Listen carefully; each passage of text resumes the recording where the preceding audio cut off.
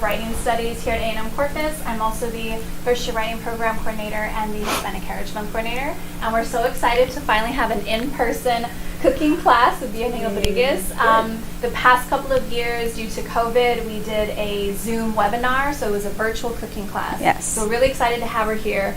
And she wanted, we wanted to use this small space to kind of simulate what it's like to maybe live in a dorm or an apartment and not have a lot of space. And so while this is happening, we're going, you will be able to ask questions. And so Vianney is going to kind of talk as she's cooking, but if there is something you have a question about, let me know, and I'll let her know, because she's going to be turning around, she can't really see you.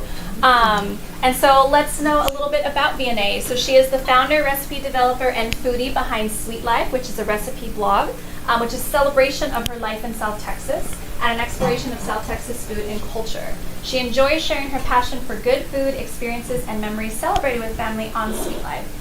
Each post on her recipe blog is filled with the vibrant food and culture of South Texas. As a proud Tejana, Vianney invites you all to join on this journey and experience all the rich culture South Texas has to offer.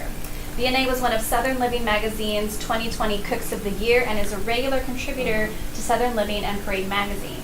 She has appeared in the Huffington Post, BuzzFeed, iVillage, Yahoo Shine, Women's Day, Cosmopolitan for Latinas, Cooking Light, NBC Latino, Design Sponge, the Los Angeles Times, Latina Magazine, Glamour, Fox News Latino, Mommyverse, The Latin Kitchen, Taste Spotting, Food Balker, and L'Aquarius.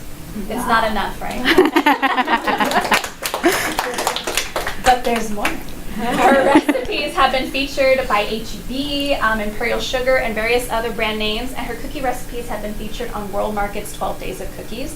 Most recently, she has partnered with Meredith Media, which is the company that owns Southern Living Magazine, Better Homes and Gardens, and Eating Well, and more, to name a few. And this means she's going to develop recipes for this magazine, as well as photography and digital and print content for the magazine. So that's her new venture.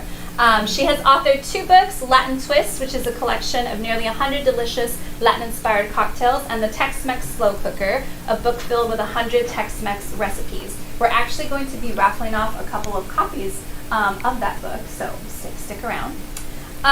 Both of these books are available from Amazon, and I would like to take a moment to thank the Islander Cultural Alliance for sponsoring this event, and of course the Mary and Jeff Bell Library faculty and staff for sponsoring and hosting this event.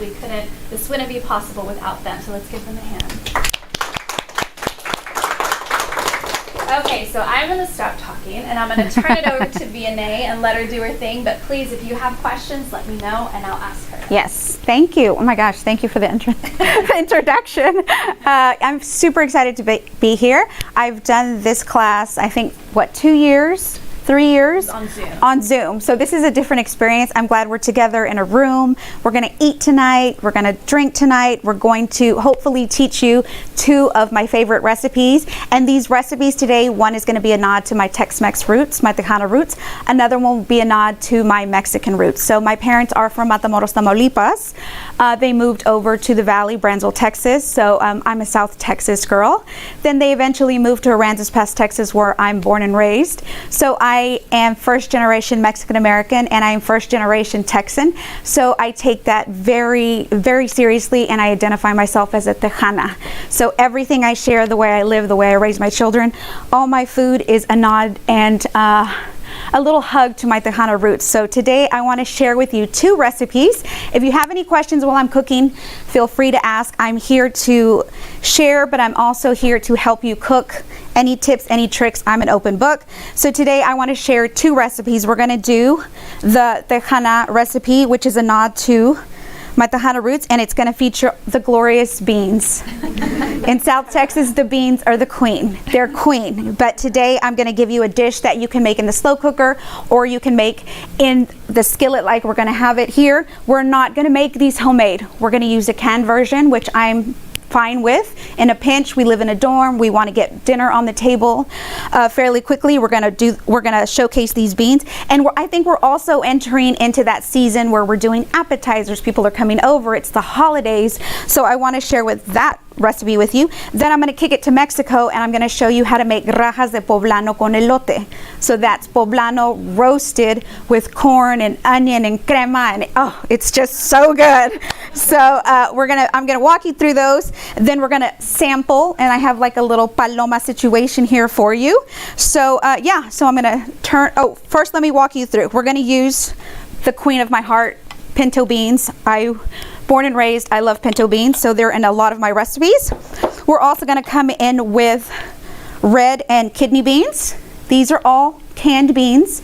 All I did was open la lata, I opened it, ran them under a strainer with water because I want to take all the canning solution off. Because I want to jizz up the flavor. I want to add my flavor. So I've ran them under water. I also have black beans. And this comes together so easy. We're going to come here. We're going to start here. Everyone can see? Yeah. Okay. I'm going to come in with some oil. I've already preheated my little sartén here. I'm going to turn it down a little bit. We're going to come in with some onion. Should I turn this little thing on?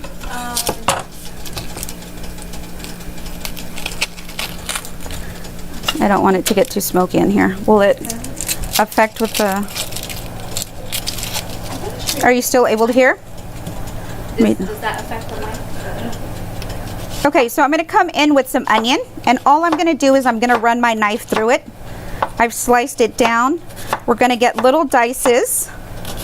And what we're going to do is we're going to saute this onion. We want it nice and tender, and that'll help to flavor our beans. So we have we're going to do one onion. You can use white or yellow. I like the yellow because I feel like it's a little milder, but the white also pairs very well with all the beans. So I'm going to use my knife, bring these in.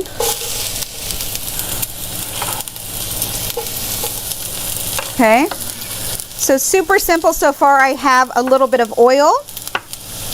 I'm coming in with some onion. I'm just going to run my knife through this. And if you don't like onion, you can use half an onion. I like onion. I feel like we use it in every recipe I make, so I'll go through a lot of onion. Come in with my onion. And right away, you can smell it. You get that little hint of onion smell. We're gonna toss it in our oil. We want it nice and light and translucent. And when you're cooking, you'll notice that when you place the onion in the skillet, it's white. When it starts to become light and translucent, it will change color. It will become lighter and brighter. And that's when you know you're getting close to what you're looking for. I'm gonna come in with some salt. I'm also going to come in with some pepper.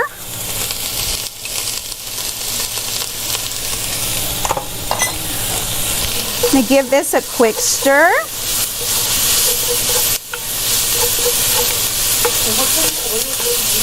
I used olive oil. Olive oil. But my mom is a really big fan of avocado oil, so she uses that also. The oil just starts the process of breaking the ingredients down. So if you like the flavor of olive oil, use that. If you like it, avocado's got a light, fresh flavor. It doesn't like taste too overpowering. What about the virgin? I'm sorry? The virgin? You can use that too. You can use that too. Yep. Okay. Next, I'm going to come in with a garlic. And let me show you. This is how I like to place my garlic on the cutting board. I'm going to put my knife over it, and with the palm of my hand, I'm just going to go down on it. And look how it already starts to smash our garlic. What we want to do is we want to smash the garlic, because as soon as you smash the garlic, it starts to release all the garlic flavor, and that's what we want. We want the dish to have layer upon layer of flavor. And this dish is so easy that you want to extract as much flavor as you can. Okay? So our onions are getting nice and translucent. We have our garlic in there. I'm going to let it go for a little bit. And then I'm going to come in with some, if you're born and raised in South Texas, you know what Rotel is. correct?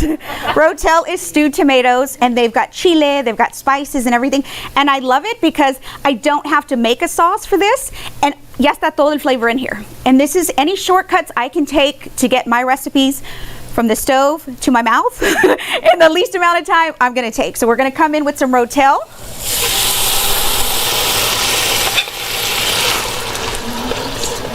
And right away the onions will start to soak in all that rotel juice. The garlic will release its flavors. And we're gonna start to let this warm up. And here comes the hardest part. We're just gonna dump all these beans in here.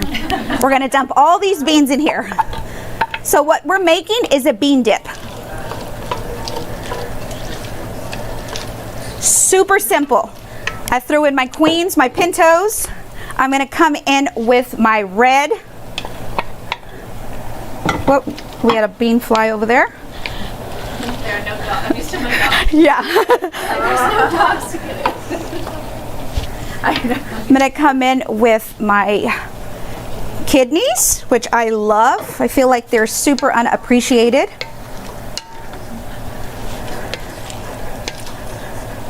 And then if pinto was the queen, these are the king, my black beans. I adore black beans. So if you weren't in a pinch, could you, like, instead of the rotel, could you just kind of chop them some stuff on your own? Yeah, you could do like The bell peppers. bell peppers, poblanos. If you want to, you can saute some sausage in this. You could put some bacon in here. This is pretty much the base. Anything you want to add, go for it. My husband likes it with bacon because he loves black beans and bacon. So he would put some bacon in here. Some breakfast sausage would be great. And yes. You have to use all those 4 different flavors of bean. And no, baby, this is the way I make it. It's the combination I love, but like I always tell people, take my recipe, make it your own. If you like more black beans, swap them out. If you like more pinto beans, swap. If you want to make them all with pinto beans, because I've done that before, you can make it all with pinto beans.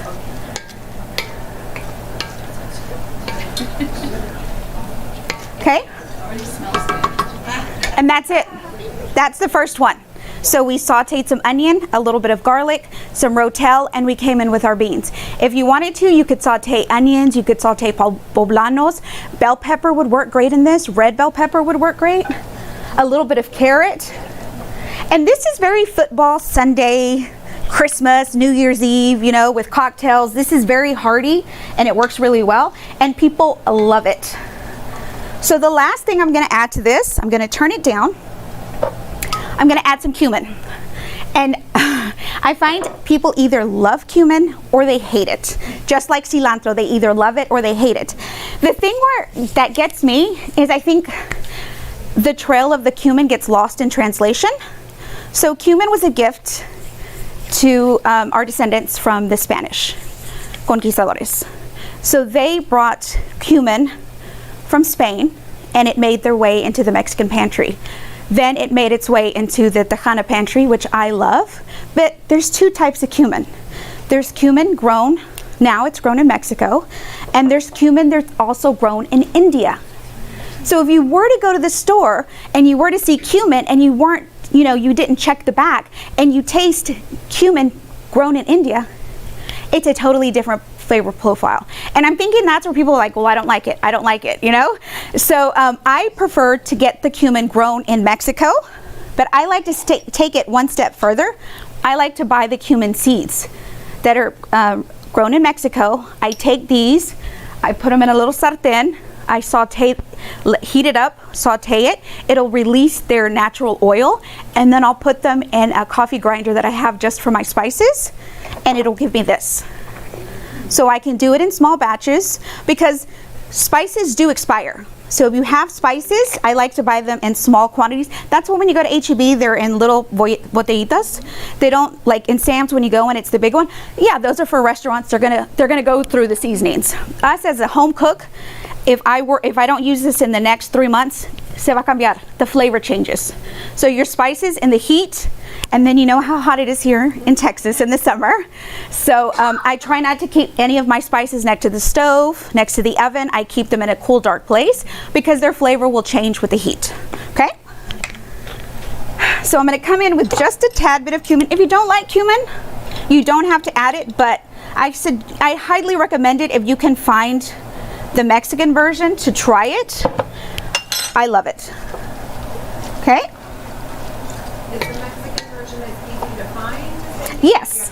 No, it's very easy to find. HEB, since we're here, HEB does a very great job of having Mexican ingredients. So you can find them either in the produce section, they'll have it in the regular spice section, but my HEB has a little nook and it's all Mexican spices. So I'll just go and I'll grab all those. Fruit King, yes. My HEB. Every HEB is different. Yes, it is. Yes, that's true. That's true. Which one do you shop at?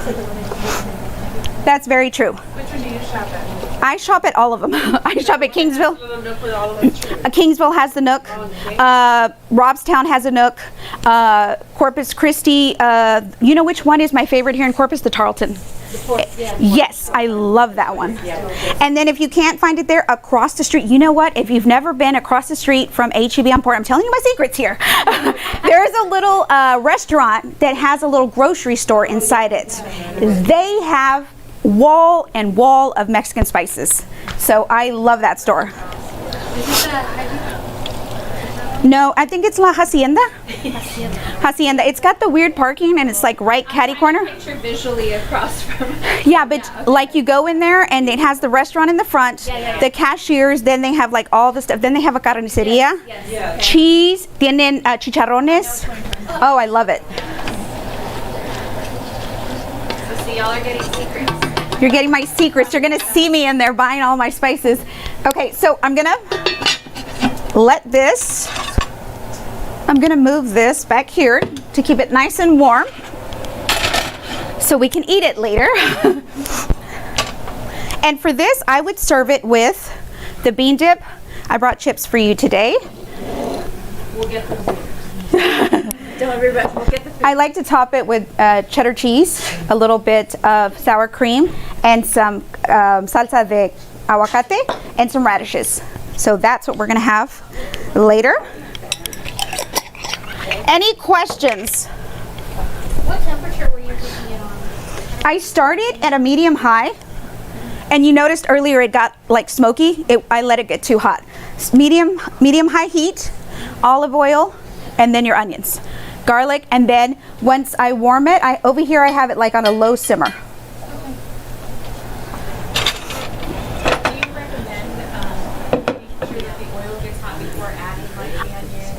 I let the pan get hot. You saw earlier I had my hand over it.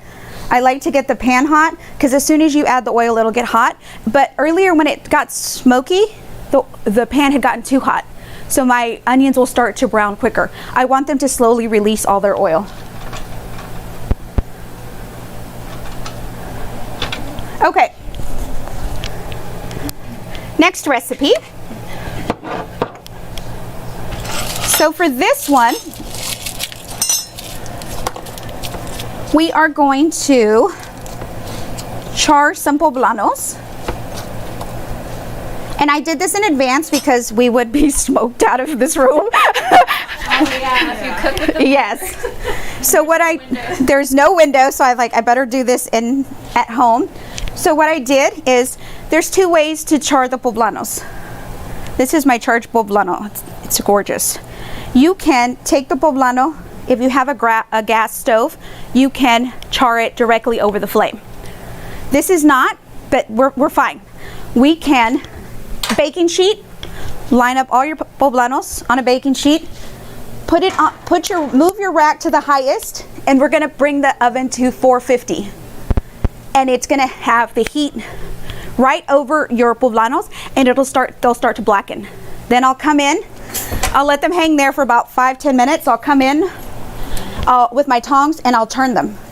I'll turn them because you want this charred on every corner, because what you're doing is you're just extracting that roasted flavor into the poblano, and it just makes the poblano taste so good.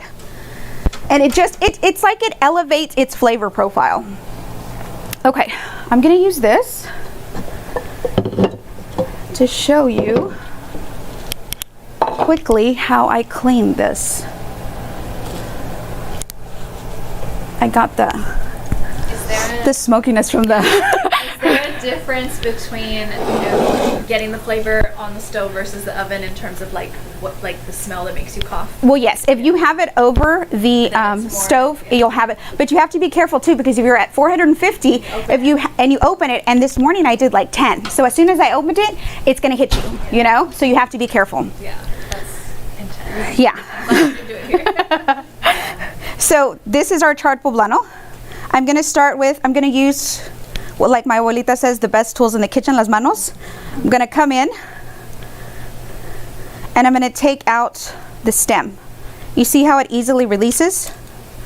And then we have a little bit of agua, la agüita, because it was roasted, so it's an under heat. And I'm just gonna slide my fingers and I'm gonna remove the seeds. Because this, like a poblano is like a shishito. You can get a tame one and you can get a spicy one. So we're gonna remove the seeds. If you wanna live on the edge and you want the seeds and you want that spice like I do most of the time, I'll leave the seeds in there. My husband loves it, we love it. So I'm gonna remove those. Let me get wipe my hands here. Then I'm gonna flip her. And you can tell her skin is already coming off.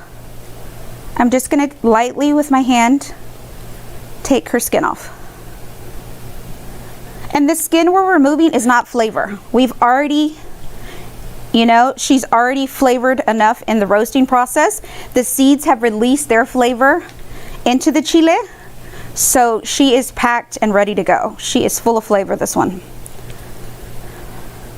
Also, you can see I'm doing it with my hand. I'm not running it under the water.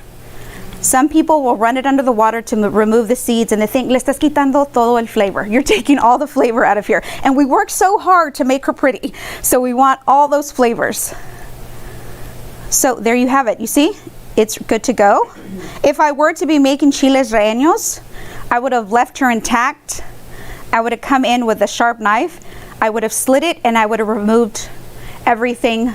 I would have left the stem in, but I would have, with a spoon, removed all the seeds. But today we're making rajas. So this is what I did. Then I put her on a cutting board, and rajas translated into English are strips. So I cut her into strips. And then we're gonna give her her partner in life, the corn. Rajas and corn go together like nobody's business. Okay, any questions? Yeah, you read my mind when you said rajas. Is it rajas? Strips. Strips, yep, rajas. I was going to ask you that question. What are rajas? Rajas are strips. Okay, we're gonna crank up our heat.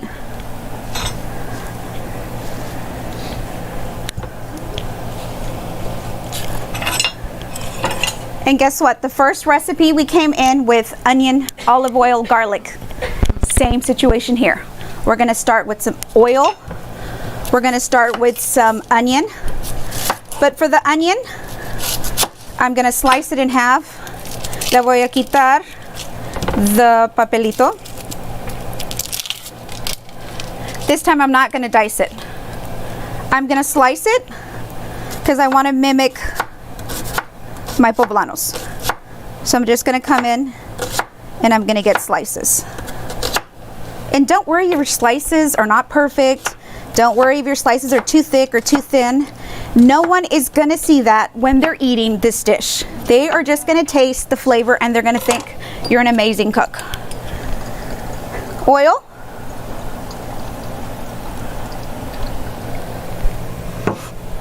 Onions. See, that's the sizzle we should have heard in the first recipe. We didn't want the smoky.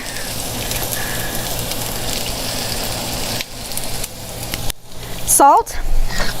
We're gonna come in with salt because salt helps to make our onions nice and translucent.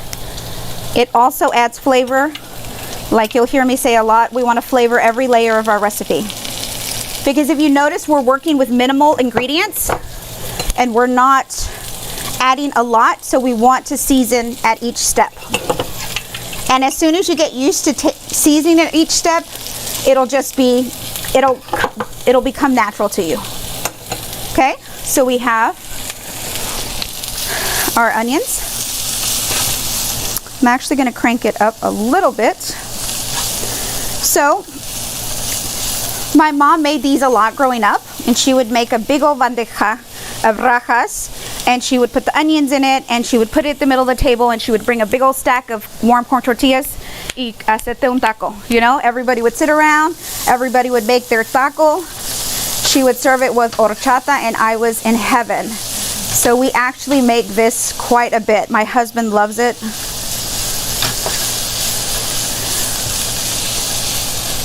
Okay, so where did my little poblano? I'm gonna slice my poblano. You can do this two ways. Here I came in, I made smaller strips,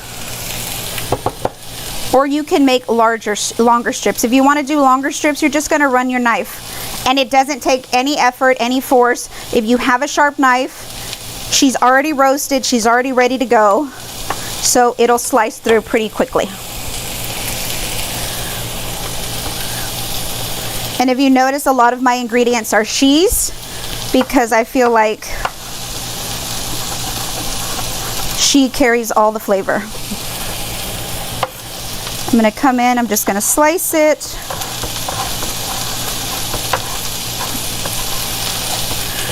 So poblanos, you can find them year-round. I use them a lot in my dishes, but I really use poblanos a lot when the holidays start rolling around. Day of the Dead, Christmas, Las Posadas. Okay, so our onions are getting nice and translucent. I'm gonna move estas rajitas para acá to my other. We're gonna come in with a garlic. I'm gonna place her on there, tap her. Don't be afraid of it. Most of the kitchen accidents are when you hesitate. Don't be afraid of it. It's your kitchen, it's your knife, it's your garlic. Come in, slice, this one's a little bigger. I'm gonna come in and I'm just going to run my knife through it. Any questions? Do you have any questions at the end? I noticed you have a special bottle that you pour the oil from. Yes. Do you feel like you recommend every kitchen to have one of those, or is it for aesthetics, or? It's for two things. This is aesthetics, of course, for the gram. You know, the gram eats first. But it's also, if you have this next to your stove, you can tell it's not huge. It's going to be next to my stove. It's going to be in heat. When we buy oil, it comes in plastic. But do you notice it's like a green or a brown? We don't want light or heat hitting our oil because it would go rancid. So I take mine, if I buy the bigger jug of olive oil, I'll transfer it into little things like this. That way I know I'll use this oil in probably like a month. And then I develop so many recipes, so I go through it, but I still don't want it to go rancid. The rest of the bottle, I'll tuck it in the pantry in a cool, dry place with my spices and let them, you know. We have one of those. My husband does most of the cooking, but my mother-in-law gets olive oil from overseas, like the Palestinian olive oil, which is, you know, good. Yes, and you want to baby that one. Yes. Kind of, yeah. Okay, so our onions have gotten nice and translucent. We're going to come in with our elote.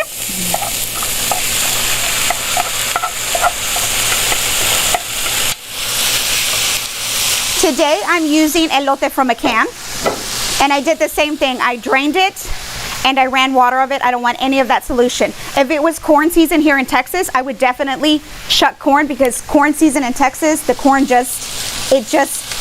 it hits different. It's delicious. It is the bomb. Okay, so we're coming in.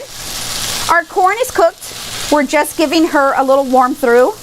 and we're letting her mix in with the flavors of the onion and the garlic and that oil, salt and pepper. Then I'm going to come in with my rajas.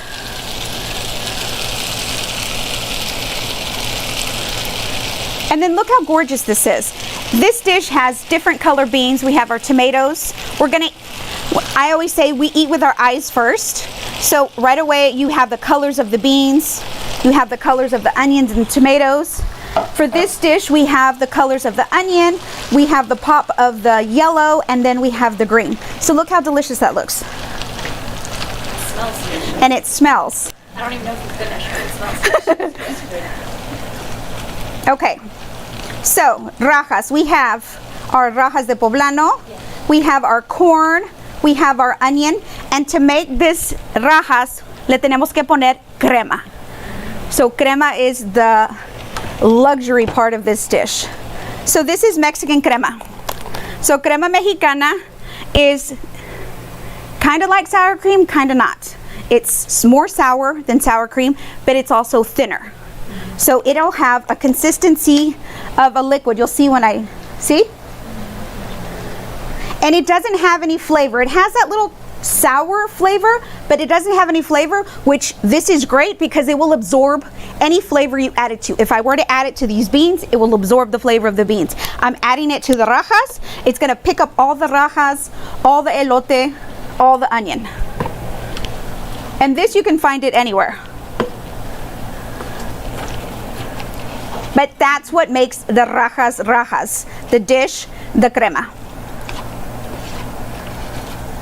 And after that dish is done, is it going to be hot, picante? Esto? What do you think? No, porque le quité, I took all the semillas out. Yes, if you want it spicy, leave the seeds in. I do, I love it. But if you don't, le quitas todas las semillas. You want it to play it safe. Yeah. Yeah, because some people don't like it hot. Yes. Spice. And I'm always very, if I'm having people over, I always ask them, do you like it spicy or do you like it mild? I want to make sure my guests feel comfortable to eat. Yeah, I forgot to mention we're not liable. It's just spicy. Just putting that out there. Okay, so super simple. I want to say what took me the longest was to roast the poblanos, but if you want to roast the poblanos the day before, put them in the fridge and then remove the seeds or whatever. But after you touch the poblano, do not touch your eyes. Because the seeds, I made the mistake today, I did the 12, I didn't touch my hands, but I went to touch I took my shirt off and it laced my arm, and so it kind of got spicy there. But I'm used to it, so.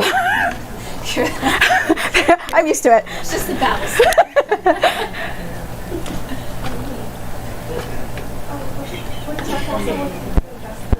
This one? Yeah. Let me.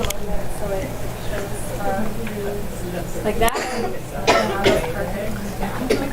Finally got it working.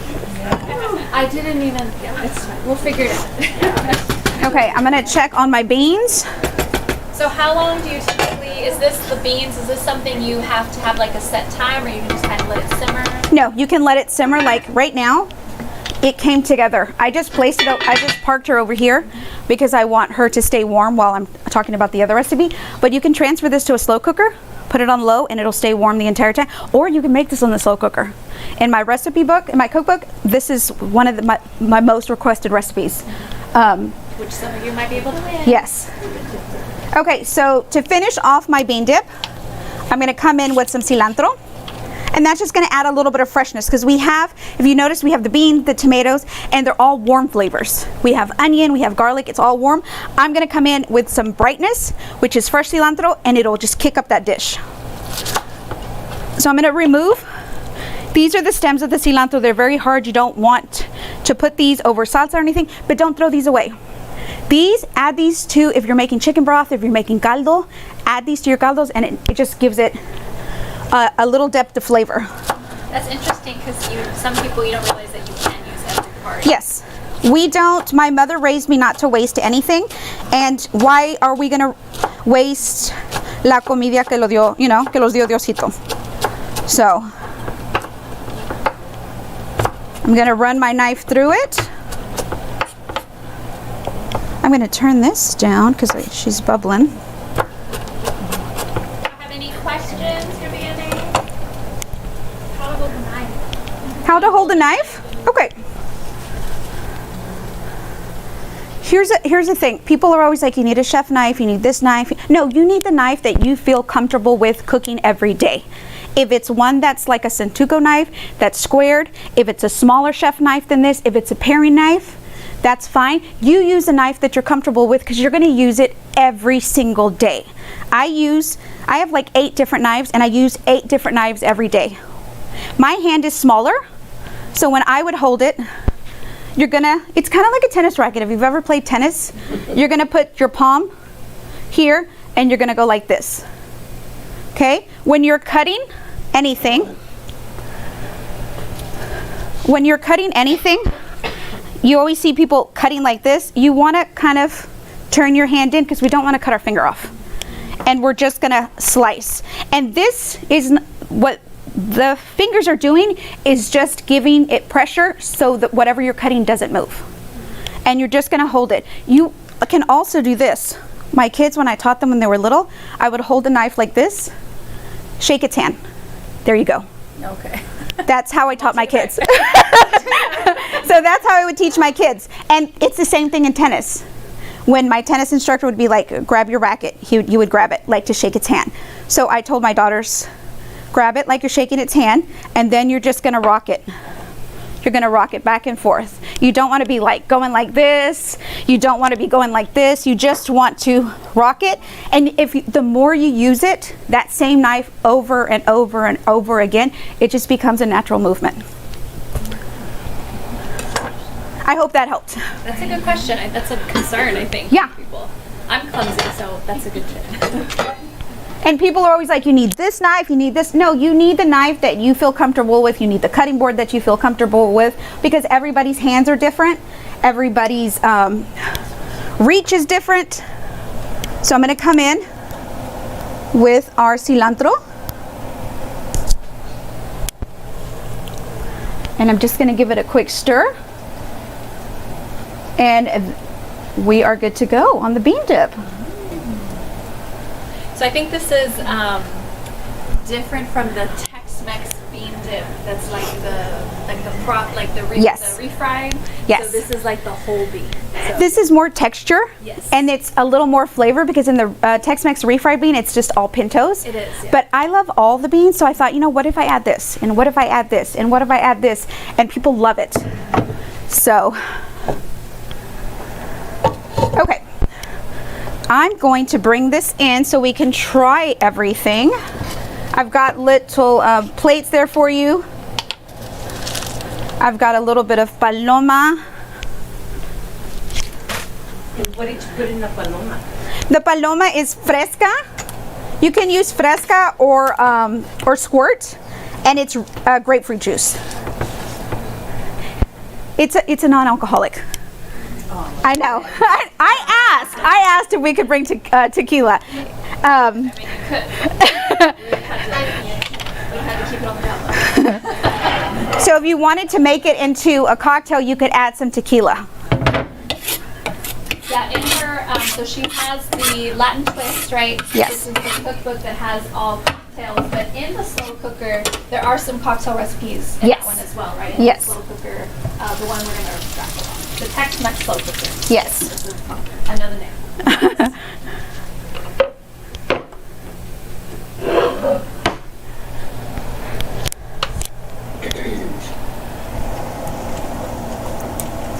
Any other questions? Any other questions She's setting up everything. Yeah. I know we're excited to eat, but before we dig in?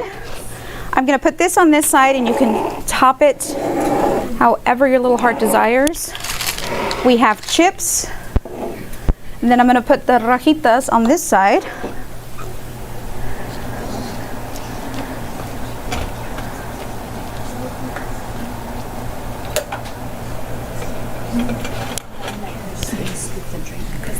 All right. Whoever would like to. Oh, wait, hold on. First the gram. Yes. Okay, so are you taking some photos? Is that okay if I pop in real bit? Yeah, yes. No,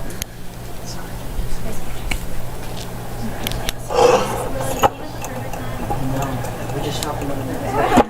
We have some events going on, so we definitely are giving But we love all the so Yes. that's really actually. Sorry,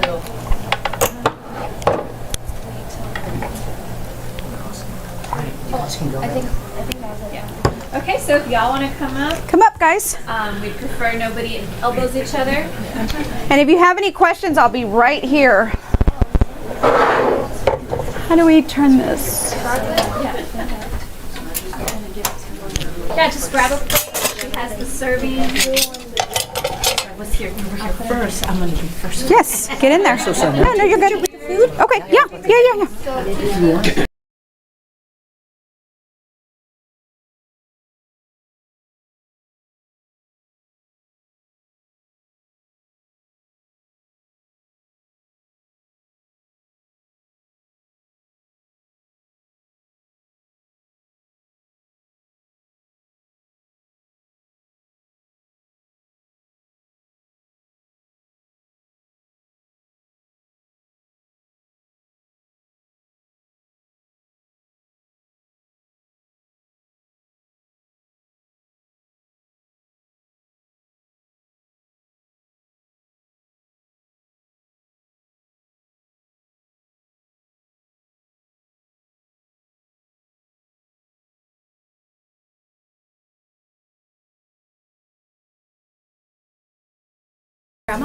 Right?